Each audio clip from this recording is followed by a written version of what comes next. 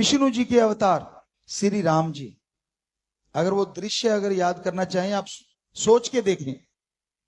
अपने बाप का अति लाडला प्यारा बेटा, पूरे अयोध्या का सबसे प्रिय राजकुमार, और जिसकी घोषणा होने वाली थी कि ये राजा बनेगा, और अगले दिन वो खड़ाऊ पहन के सारा राजकुमार वाला भेष तज के एक सादी धोती में, जिसे कहते हैं लट्ठा खद्दर कहें मलमल कहें, यानी सूती जो धोती पहन के वो जंगलात को जा रहे थे और 14 साल वनवास भोगी।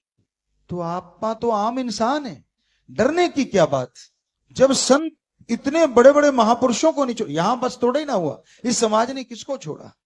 सीता माता अग्नि परीक्षा दे दी, कोई छोटी मोटी बात नहीं होती अग्नि परीक्षा। नदी में नहर में नहा रहा था, एक बिच्छू डूब रहा था, वो उसको निकालने लगा, डंक चलाया, 2-3 बार ऐसा हुआ, डंक चलाया। चेले भी खड़े थे और चपटे भी खड़े थे, बुरा ना मानना। अब हमने तो चपटे सही कर लिए हैं, पर वो चेले चपटों की बात चलती है ना, कई बार अपने डबल भाषा बोलती हैं, बड़ी गंदी गंदी चीजें निकल जाती हैं उसमें, तो सही नहीं है, पर चलती है ये भाषा।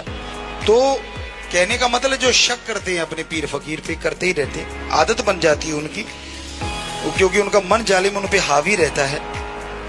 मन मते लोग उनको ऐसे ऐसे किस्से सुनाते हैं कि उनका सारा हिस्सा बिगड़ जाता है, ऊपर वाला यानी माइंड। तो वो कहने लगे, यार गुरुजी पागल हो गए, बार बार बिच्छू को उठा रहे, बिच्छू डंक चलाता है, ये फिर पकड़ लेते फिर डंक चलाता है, फिर कहते तू पूछ ले। कहते गुरुजी, कहते हाँ बेटा। कहते बिच्छू को आप पकड़ते हो, ये डंक चला रहा है, ये क्या कर रहे हो आप? तो ध्यान से सुनना।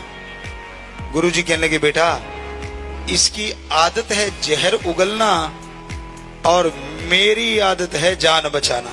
यूं कह के उसको किनारे पे रख दिया। कोई कुछ भी कहता फिरे, हमें गाली दे, गलत बोले, हम उनके लिए भी अपने शास्त्र नाम शाह मस्तान दाता रहबर से इस बॉडी में यही चाहते हैं कि मालिक उनको मुआफ करना,